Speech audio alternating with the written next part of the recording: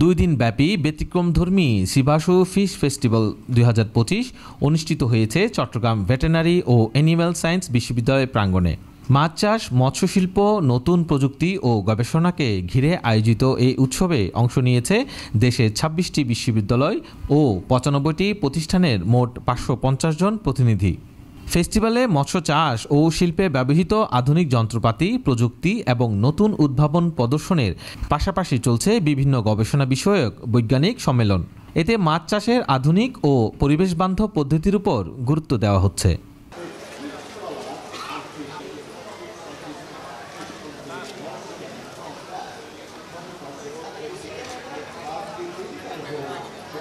অ্যাকুরিয়ামে মাছ পালনের সঠিক পদ্ধতি শেখাতে হাতে কলমে দিক নির্দেশনা দেওয়া হচ্ছে কিছু স্টলে।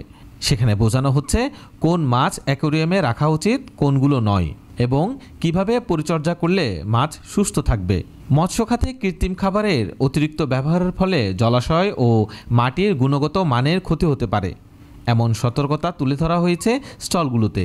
পরিবেশসম্মত চাষাবাদে গুরুত্ব দিচ্ছে আয়োজকেরা।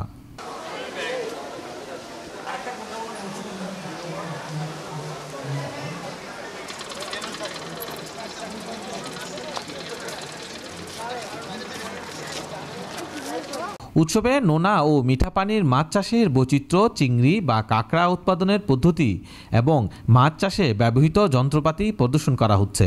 কিছু স্টলে চাকরির অফারও দেওয়া হয়েছে সংশ্লিষ্ট শিক্ষার্থীদের জন্য। উদ্বোধনী অনুষ্ঠানে উপস্থিত ছিলেন চট্টগ্রাম সিটি কর্পোরেশনের মেয়র ডক্টর শাহাদাত হোসেন। তিনি বলেন, আমরা যেমন মানবদেহে বিভিন্ন পরীক্ষার জন্য ইনভেস্টিগেশন ম্যাটেরিয়ালস ব্যবহার করি, তেমনি এখানে মৎস্য খাদ্যে ভেজাল আছে কিনা তা যাচাইয়ের জন্য ইনভেস্টিগেশন ইনস্ট্রুমেন্টও প্রদর্শন করা হয়েছে। আমি খুব মোহিত হয়েছি।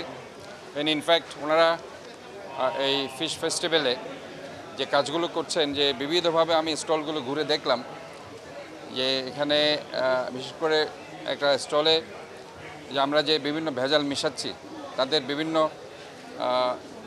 ইনভেস্টিগেশন ম্যাটেরিয়ালস আছে। আমরা যেভাবে মানবদেহের বিভিন্ন টেস্ট করার জন্য ইনভেস্টিগেশন ম্যাটেরিয়ালস থাকে, এখানেও খাদ্যের কোনো ভেজাল আছে কিনা তারা সেগুলো কিন্তু তাদের ইনভেস্টিগেশন ইনস্ট্রুমেন্টগুলো তারা এখানে বিক্রি করছে। আয়োজকরা জানান, বিশ্ববিদ্যালয়ের মৎস্য অনুষদের যুগপূর্তি উপলক্ষে এই আয়োজন করা হয়েছে।